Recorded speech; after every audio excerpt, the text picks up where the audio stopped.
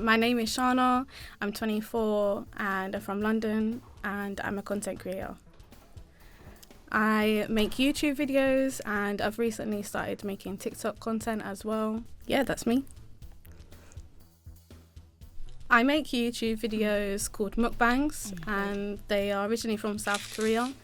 Mukbangs are also called eating show. It's where you sit in front of a camera, you eat food, and you could also talk about the food, review the food. It's mostly an eating show. It's just the enjoyment of food. I started making YouTube videos 3 years ago, and at some point last year, a Chinese mukbang that I did went really viral. It got over 100,000 views, and when that happened, an agency contacted me and asked me if I'd be interested in doing an article with them. One of the reasons why the agency contacted me is because they made me aware of the fact that I was the first person to make a mukbang channel based in the UK. Once the article came out and a lot of response was coming back from it, This Morning contacted me and asked me if I wanted to go on the show.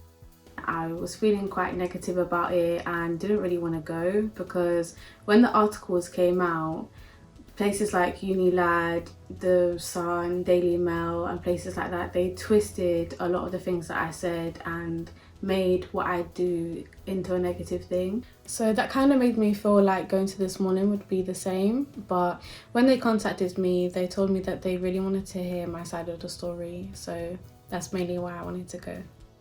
To be honest with you, with This Morning, I feel like I was honestly set up. They made it look like something, again, that it's not, same as the articles. They wanted to interview me with a massive plate of food in front of me, portraying basically what the articles have said.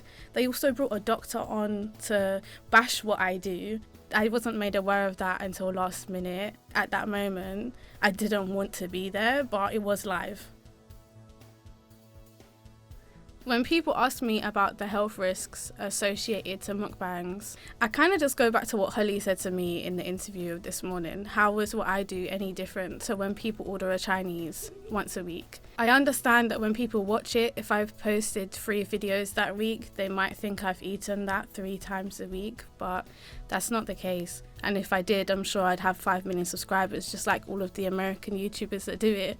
The reason why that question annoys me slightly is because I feel like I only get that question because I'm a bigger girl. There's a lot of slimmer people doing stuff what I do, but they never really get asked that question because they don't look like they're putting on weight. To be honest with you, I feel like it's helped me be more conscious of what it is that I am eating.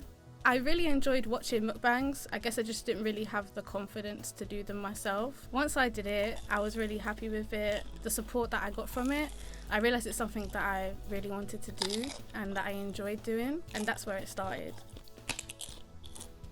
I definitely feel like YouTube and social media is a great career path for a lot of people.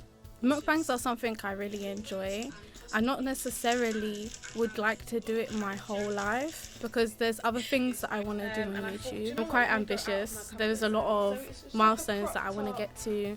My next milestone at the moment is to get 10,000 subscribers on my mukbang channel, then to start my second channel. But future goals would be to have a good amount of subscribers on both channels, to be able to travel to countries to record the mukbangs. There's a lot of stigma around having social media as a job, and a lot of people don't think it's serious. A lot of people feel like maybe you just can't be bothered to go to education.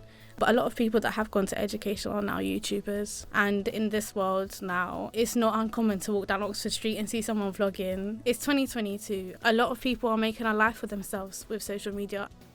You know what you can handle as a person, and there was times, especially after This Morning, where I had to take breaks from social media because my mental state couldn't deal with it. But getting through something like that has now made me look at these small negative comments I get on YouTube every so often and just laugh. I feel so resilient towards it now, but before I wasn't necessarily. You just have to evaluate whether you feel like you can deal with something like that. If you speak to anyone that does social media in like a career aspect, they'll all tell you that mental health is important and you have to look after yourself. So if at any point you feel like this is too damaging for you or it's not something that you can deal with, then it's not worth it.